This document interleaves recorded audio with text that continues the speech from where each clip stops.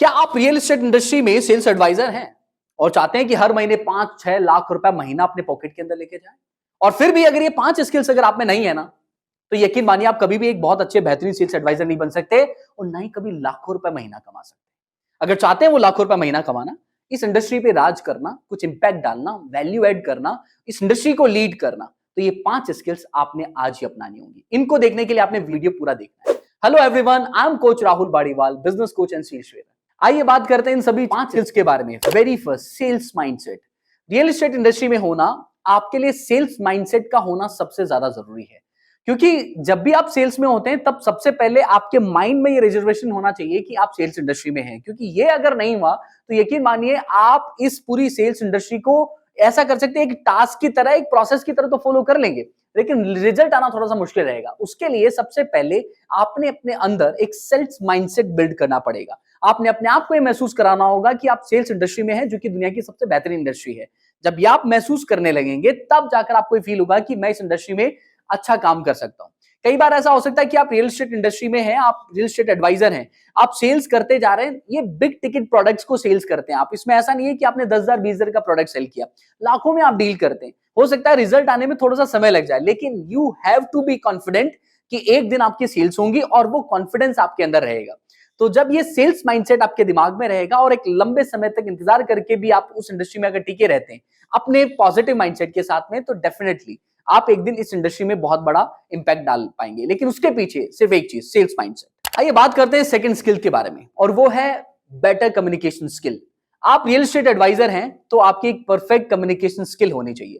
अगर आपका बेहतर हुआ कम्युनिकेशन, तो रियल एस्टेट इंडस्ट्री में करोगे सेल्स का सेलिब्रेशन।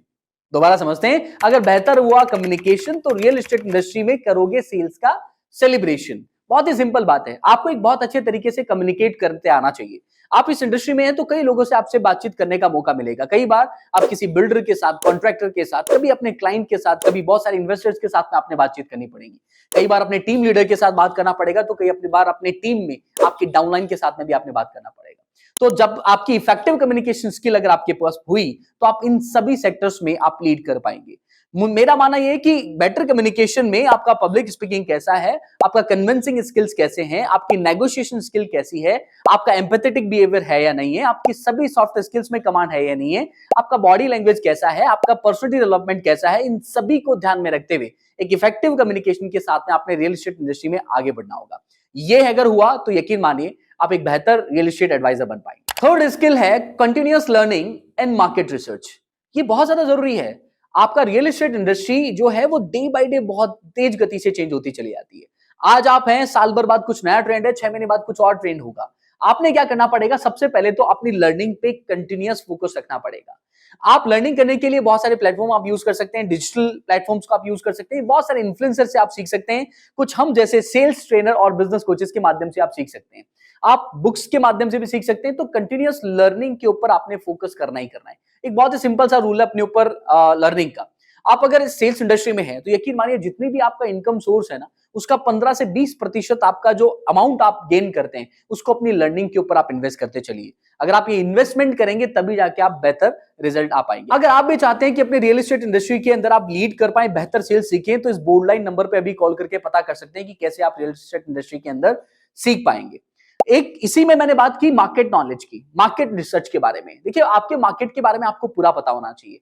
आप सेल्स इंडस्ट्री में हैं और वो भी रियल एस्टेट में, तो आपके आसपास का रियल एस्टेट इंडस्ट्री की प्राइसिंग किस तरीके से वेरी कर रही है, आसपास ऐसे कौन से लैंडमार्क्स है जिनकी वजह से आपका जो मार्केट है उस पर क्या इंपैक्ट आ रहा है। आप ये भी देखिए कि जिस सिटी के अंदर आप हैं उस सिटी के अंदर आने वाले टाइम में ग्रोथ रेट कितनी है, प्रीवियस ग्रोथ रेट जो है वो कितनी है। आप हर एक एस्पेक्ट के अंदर अगर आप पूरी डिटेलिंग करके रखेंगे, पूरी रिसर्च के साथ रखेंगे, यकीन मानिए आप अपने कस्टमर के हर एक ऑब्जेक्शन को आप किल कर पाएंगे, और जब ऑब्जेक्शन को आप किल कर पाएंगे तभी जाके आप बेटर सेल्स कर पाएंगे। फोर्थ स्किल, एक सेल्स एडवाइजर में ये स्किल बहुत ज्यादा जरूरी है, और वो है कस्टमर सर्विस। सर्व बेटर कस्टमर सर्विस। आपने क्या करना, अपने कस्टमर को एक बेहतरीन सर्विस आपने देनी है। मैं बहुत ही सिंपल तरीके से आपको समझा रहा हूं। अगर आपका कस्टमर है राजी, तो सेल्स इंडस्ट्री में जीत लोगे बाजी। क्या? अगर आपका कस्टमर है राजी तो सेल्स इंडस्ट्री में जीत लोगे आप बाजी। कैसे? जब भी आप किसी क्लाइंट के साथ में बातचीत करते हैं तो आपने बिफोर सेल और आफ्टर सेल दोनों जगह आपने कस्टमर सर्विस देनी है। कस्टमर को आपने एक्टिव लिसनिंग की तरह हमेशा समझना है। कस्टमर के साथ अगर आप बातचीत करते हो तो उसके बेनिफिट्स को लेकर आपने बात करनी है। कस्टमर के साथ एम्पैथेटिक बिहेवियर आपने दिखाना है। कभी भी कस्टमर को अपने प्रॉफिट के लिए या अपनी सेल्स के लिए कोई भी प्रोडक्ट ऐसा पिच नहीं करना जिससे उसका नुकसान हो जाए। कस्टमर के बेनिफिट के ऊपर बात करते हुए कस्टमर को बेटर सर्विस आप देंगे, अच्छे से सुनेंगे, समझेंगे बिफोर सेल्स। जब आप सेल्स कर चुके होते हैं उसके बाद में भी आपको कस्टमर सर्विस देनी है।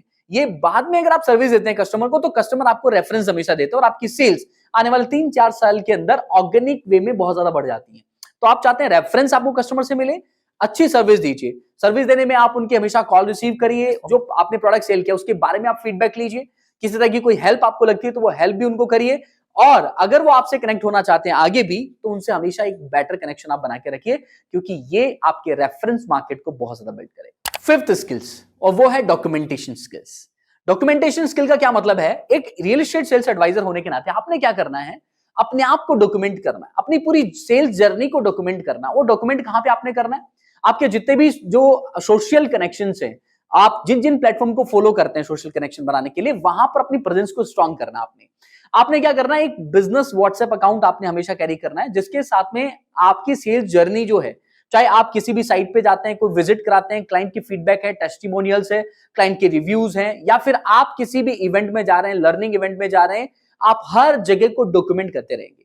इन डॉक्यूमेंटेशन को आप सोशल मीडिया प्लेटफॉर्म पे भी आप जो है सर्व करेंगे। आप फेसबुक, इंस्टाग्राम, यूट्यूब या फिर साथ ही व्हाट्सएप, इन सभी जगह पे आप पोस्ट करेंगे ताकि लोगों को ये पता रहे कि आप इस इंडस्ट्री में काम करते हैं। ताकि इससे एक बहुत बड़ा फायदा होगा कि आपके कनेक्शंस बहुत होते हैं, लोग बहुत होते हैं, कई बार लोगों को पता नहीं होता कि आप क्या काम कर रहे होते हैं। तो जब लोगों को पता चलेगा कि आप इस इंडस्ट्री में हैं, तो कई बार आपके नॉन जितने भी लोग हैं उनको कोई रेफरेंस की जरूरत होगी तो सबसे पहले आपको रेफर करेंगे।